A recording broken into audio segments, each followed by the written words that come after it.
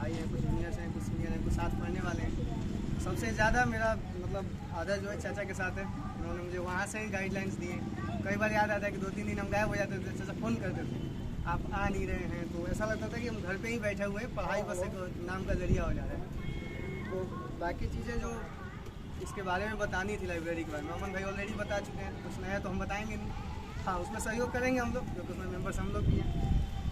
रही बात जिस चीज़ के लिए हम इकट्ठा हुए 26 जनवरी तथा सरस्वती पूजा के लिए, हम सबको इसके कुछ कुछ महत्व तो पता ही है। 26 जनवरी मनाया क्यों जाता है, आज़ादी का 1930 की जो हुई थी उसके लिए। फिर उसके बदले में जब डेट्स कम पड़ गए तो 26 जनवरी को रख लिया गया रिपब्लिक डे में। रिपब्लिक का महत्व बताए अभी हम लोग के सीनियर्स जो थे। और कुछ चीज़ों को जैसे जब संविधान निर्माण हो रहा था तो उसकी 1-2 स्टेटमेंट्स मैं बताना पसंद करूँगा। जैसे संविधान निर्माण में सबसे ज़्यादा दुविधापूर्ण जो बात थी वो ये थी कि राइट्स कैसे दिए जाएँ, क्योंकि वर्ल्ड में जब राइट्स देने की बात हुई थी तो अमेरिका 18th सेंचुरी में आज़ाद हो गया था, लेकिन उसने इक्वलिटी राइट्स वुमेन को 200 साल बाद दी। स्विट्जरलैंड अभी कुछ साल पहले दिया है, 100 साल क्या कुछ साल पहले दिया है। ब्रिटेन में सेम वही कंडीशन है, लगभग 1000 ईयर बाद इक्वल राइट्स मिले थे। तो इंडिया का कॉन्स्टिट्यूशन बन रहा था, तो स्वाभाविक हम सब लोग जानते हैं कि इंडिया कॉन्स्टिट्यूशन मैक्सिममली कॉपी किया गया है। अब वहाँ पे जब कॉपी करने की बात हुई तो राइट्स कॉपी कैसे करें, या मतलब जैसे हमारे यहाँ 3 जेंडर्स होते हैं, मेल, फीमेल एंड ट्रांसजेंडर, तो या तो तीनों को इक्वल राइट दिए जा सकते थे। फिर दिक्कत एजुकेशन की थी, क्योंकि हमारे पास मोस्टली एजुकेशन 17% है। तो हायर एजुकेशन रेट था 10th तक पढ़ने वाले को, वो तो 5 ही था। एजुकेटेड जिन्हें साक्षर कहते हैं वो 17% है। ऐसी कंडीशन पूरे वर्ल्ड की पहली ऐसी डेमोक्रेसी थी जिसने इक्वल राइट्स तीनों जेंडर्स को दिया था। अलग बात है ट्रांसजेंडर ने वोटिंग में हिस्सा नहीं लिया, तो हमारे यहाँ मेनली बात की जाती है मेल और फीमेल की। तो हम पहली चीज़ की गरिमा महसूस करते हैं जो हमारी कंट्री में सबसे पहली है, वो ये है कि यूनिवर्सल वोटिंग राइट मेल और फीमेल दोनों को देने वाला एक साथ कॉन्स्टिट्यूशन इंडिया का था। एक तो ये मतलब हमारे यहाँ गर्व की बात होती है। दूसरा, हमारी कंट्री में जो मैरिज एक्ट है, मैरिज एक्ट में सबसे ज़्यादा कॉन्फ्लिक्ट था। इवन बहुत सी चीज़ों में, जैसे राजेंद्र प्रसाद भी थे, उनके भी मैरिज एक्ट में अम्बेडकर से बहुत सी बातों में मतभेद थे।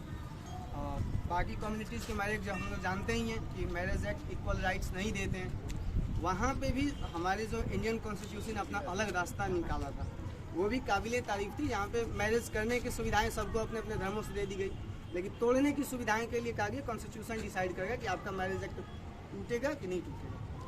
ये हमारे कॉन्स्टिट्यूशन में पूरे वर्ल्ड में यूनिक चीज़ दिखाती है। थर्ड फैक्ट है, अगर कहीं भी स्त्री का उल्लेख आया है तो या तो सौंदर्य के लिए आया है या प्रेम के लिए आया है।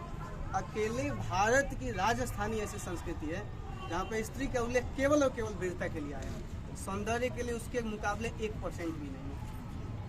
और ये भी हमारे गर्व करने की बात है। पराक्रम दिवस पर मुझे कुछ लाइन्स तैयार करने थे, जब लिख रहा था तो मुझे ये चीज़ पढ़ने को मिली और पढ़ने के बाद रियली गर्व महसूस हुआ कि हम लोग उस देश में रहते हैं जहाँ पूरे विश्व की संस्कृति को टक्कर देने के लिए हमारे देश में वीरों से ज़्यादा वीरांगनाएं पैदा हुई हैं। मुझे राजस्थान की एक लाइन मिली, बहुत खूबसूरत, मेरी पसंदीदा लाइन है और वो ज़रूर मैं बोलना चाहूँगा। ये कि सुत मरियो हित देश में, सुत मरियो हित देश में हरख्यो बंधु समाज। बेटा अपने देश के लिए मरता है तो जितने बंधु समाज हैं सब खुश होते हैं। माँ नहीं हरखी जलम दे, माँ नहीं हरखी जलम दे, जतनी हरखी आज। माँ उतना खुश तो उस समय भी नहीं हुई थी जब जन्म ली थी जितना शहीद होने पर होती है। और ये हमारे गौरवशाली संस्कृति का एक हिस्सा रहता है जो हमें पता होना चाहिए। और सबसे बड़ी चीज़ है, कम से कम उस पर गर्व तो होना चाहिए कि पूरे विश्व की संस्कृति में इकलौती ऐसी संस्कृति है जहाँ पे माँ इसलिए जन्म देती है कि तुम शहीद हो जाओ, उससे ज़्यादा खुशी की बात नहीं है। और जो आज की पंक्ति तैयार की है, ज़्यादा लंबी तो नहीं है, थोड़ी है, लेकिन बोलेंगे लोग नहीं नहीं। सारे गर्भ में बसता जहाँ, सारे गर्भ में बसता जहाँ, गोद के में जिसमें जाता है। सारे गर्भ में बसता जहाँ, गोद में जिसके जाता है। उस धरा की बात निराली है, नारायण नर बन जहाँ आता है। जानते हैं कि भगवान श्री कृष्ण नारायण के रूप में भी नाराज थे। तट गंगा का पावन वो, जहाँ चरित राम का निकला। शीस संवारे हिमालय, रज चरण पथोदी में पिघला। ज्ञान गीता का जन्म, ज्ञान गीता का जन्म, युद्ध शिवा ने सिखलाया। पाहन वृक्ष लता पत्ते, पाहन मतलब पत्थर होता है, पाहन वृक्ष लता पत्ते पूजन कर जिसको अपनाया, उदय अस्त हो दिनकर भी ध्वज जिसका रोज उड़ाता है, उस धरा की बात निराली है, नारायण नर बन जहाँ आता है।